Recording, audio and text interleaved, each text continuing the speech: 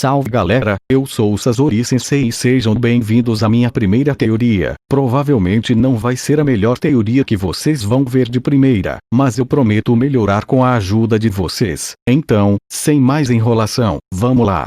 A nossa história começa quando eu estava andando na rua tranquilamente durante uma tarde clara e bonita, até que eu vejo uma criança que iria ser atropelada por um carro. Como ela estava quase do meu lado, eu me joguei em direção à criança, empurrando ela para o lado, fazendo ela ser salva. Mas comigo não foi bem assim, eu estava com vários ossos quebrados e órgãos vitais muito danificados. Mas a última coisa que eu fiz foi olhar para o lado, ver a criança bem, e sorrir. Assim, acontece um clarão, no qual começa a ficar menos claro, e eu vejo um homem com roupas gregas com 4 pares de asas brancas. Quando eu olho para seu rosto, estava muito claro e eu não consigo ver. Então o homem fala: meu filho, eu sou Deus, agora não era a sua hora de morrer. Eu sinto muito por isso ter acontecido, mas, mesmo com todas as coisas impuras que você fez na sua vida, salvar aquela criança sem remorso algum fez você ser perdoado de tudo, de outra vida, e como compensação, vou lhe dar 2 opções. A primeira é ir para o paraíso normalmente, a segunda é recomeçar em outro mundo com 7 desejos. Então eu digo: Deus, muito obrigado, eu escolho a segunda opção. Então ele fala: pois bem, então quais são seus pedidos? Eu digo: o primeiro é ir para o mundo de Raichuol XD, o segundo é ser a reencarnação de Hades, a terceira é ter os poderes do Madara Uchiha, o quarto é ter muita sorte, o quinto é que Sei não exista nesse mundo, o sexto é ter a aparência do Sasori mas não ser um boneco, e o último pedido é ter os poderes de manipulação de marionetes. Então Deus diz: ok meu filho, você terá seus pedidos realizados. Então, acontece mais um clarão, mas dessa vez eu apareço na frente de um colégio, no qual reconheço por ser o colégio do Issei. Então percebo que estou com o uniforme da escola, uma bolsa e com uma carteira com meus documentos e muito dinheiro no bolso. Então eu penso, isso deve ser parte da minha sorte, talvez minha família seja rica. Então ele olha em outros papéis na carteira e encontra sua carteira de estudante, que estava escrito o nome Zenei Natsuo e que a minha sala era a sala 2B. Então olho no meu relógio de pulso que estava usando e vejo que estava quase na hora de começar a aula. Então eu vou procurar a sala 2B e acho de primeira, e penso: caramba, que sorte. Então eu entro na sala e vou para o lugar que estava meu nome e me sento. Então depois de um tempo tediante de aula, eu vou para o recreio. Sim, recreio e os amigos de Sei espiando as garotas. Então, como um belo infeliz que eu sou, pego uma pedra e jogo na parede que eles estavam. Então, as garotas saem para fora e batem neles dois, e eu continuo andando como se nada tivesse acontecido. Então depois de o sino do intervalo tocar eu volto para a sala e tenho mais um longo tempo de aulas tediantes. O horário de aula acaba e eu vou saindo. Então, eu vejo um carro preto consideravelmente grande com o nome Natsu em dourado na porta. Então eu presumo que é um carro da minha família que veio me buscar. Então eu abro a porta, entro, cumprimento o motorista e vou para minha casa. Quando chego lá, abro a porta e uma garota de uns 9 anos pula em mim falando: que bom que você chegou, irmão, como foi seu dia? Eu respondo: foi normal, nada de diferente.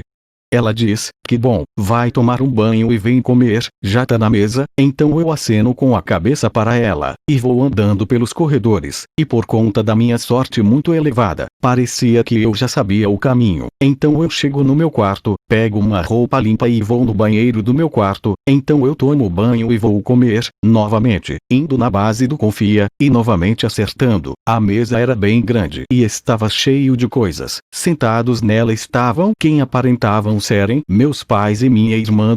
Durante a refeição, nós conversamos sobre como foi o dia de todos. Minha irmã disse que o dia dela na escola foi bem legal pois eles aprenderam sobre os animais. Meu pai disse que o dia na fábrica foi bem cansativo. Minha mãe falou que estava fazendo uma reforma bem grande, que estava muito bonita e incrivelmente barata para a reforma, que com isso deduzi que meu pai trabalhe ou talvez seja o dono de alguma fábrica, e que uma arquiteta. Então, depois de comer, escovei os dentes e fui dormir, mas no sonho, eu vi uma névoa bem densa no chão. Então, apareceu algo feito por névoas roxas escuras com os olhos vermelhos. Tinha 3 pares de asas e vestia uma armadura. Então a figura disse: então essa é a minha reencarnação.